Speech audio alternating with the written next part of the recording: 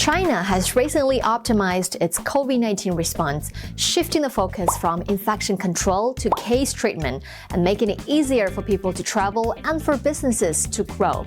Starting from January the 8th, authorities will drop quarantine measures against people infected with novel coronavirus and lift COVID restrictions for international arrivals. What do people think of these changes? I talked to two expats who have experienced different stages of China's COVID-19 policies, and here is what they say. I'm Nigel Dixon, an actor, a British actor. I am Dylan Walker.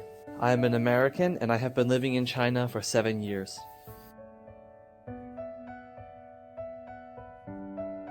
Just through being here when COVID first shewed itself here, to living through the moment with the restricted living that we've all experienced to minimize the risks of us getting COVID. I think it's important to say that back then, COVID, the strain of it was, from my experience, was more severe than it is now. And now we're at a much safer time, place, and strain of COVID. So people don't need to worry and have that inner fear, and the timing of lifting the policy on it and opening up, I don't think could be better. As we know, the Omicron variant is, even though it's highly transmissible, it's not as dangerous in terms of affecting illness, like severe disease, especially amongst young people. And now that the majority of us, whether it's in China or other countries, are vaccinated now, it will lessen the impact, I think, on our health. We don't have that kind of like fear or feeling of agitation or being really nervous about this thing, where as long as we're vaccinated, if we're healthy, we have the proper medication. So I do think it was the right choice. Nigel was known to the Chinese public during his stay in Wuhan in early 2020 when the city was hit hard by the pandemic.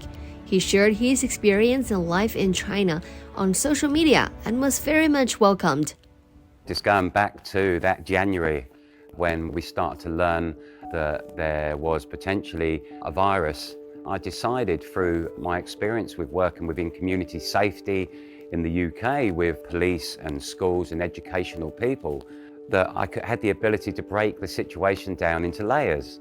So I started to make the short videos, and the response that I got was quite incredible, and it was fueling me to, because I was having people come back at me thanking me for what I was doing.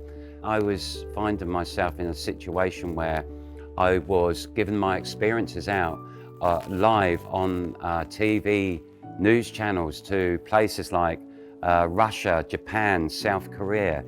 And in the moment, I had this overwhelming feeling of responsibility because we were the first and we were dealing with the unknown. For Dylan, he had experienced firsthand how China has dealt with the pandemic. What impresses him is the government's ability to mobilize resources and unite people. The Chinese government and the CPC, they have a very strong ability to mobilize the population and to unite the population for something like this, so we can all work together for this common goal. So everyone understands, even though maybe it's very difficult, it's a lot of hardships, but we still know that it's for the best for the time being. When the outbreak first happened, there was like a pledge from China, responsible for the people, that they will minimize the amount of elderly people who can be potentially affected and die from it. Given the scale in which China has had to deal with the unknown, and the pledge that they made in the first place to maintain minimizing the negative impact on the people, they've stuck to that and they've achieved everything they set out to achieve. Over the past 3 years, China has withstood waves of the pandemic and successfully dealt with over 100 cluster outbreaks. China has managed to keep its COVID-19 severe cases and death rates among the lowest in the world. I think that at the time when the outbreak first started, because we didn't know much or anything, especially in the beginning, about this virus, how it affects humans, how it transmits, or the type of illness it can induce, or long-term effects. that it was important, as we saw like with the lockdown in Wuhan back in January of 2020, that even though it was a very tough decision and a tough thing to undergo, looking back, it did help bring down the level of infection as low as possible. It brought down the amount of deaths, and it did protect the majority of the people. People here in China, they have this self-awareness, and to be able to plan and put your plans into action and be able to steer the situation to where we are today. The people of China can pat themselves on the back for the amazing work that pretty much every individual has achieved in following through their intentions and having that level of responsibility. I think a lot of places can learn a lot from the way the country's run and how people see it and conduct themselves.